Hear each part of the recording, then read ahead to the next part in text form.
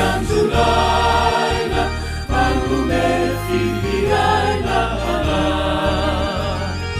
Tenunan ni gentilisa, nitanirai ni bunga paradisa, manome nue famuaisa, andrai ni lungva masina.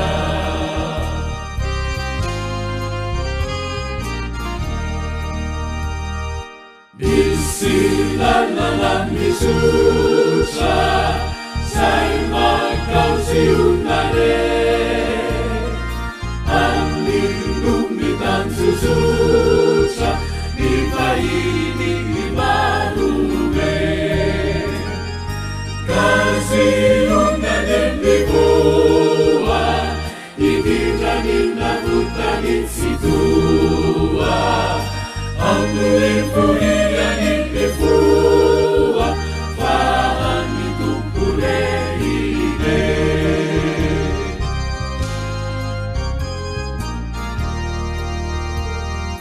Yemi kamanan mimiru, awi bifaliame,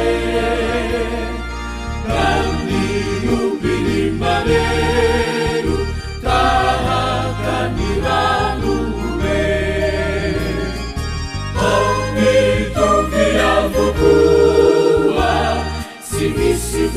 Sifanu kukua, kekira sana nilai kukua.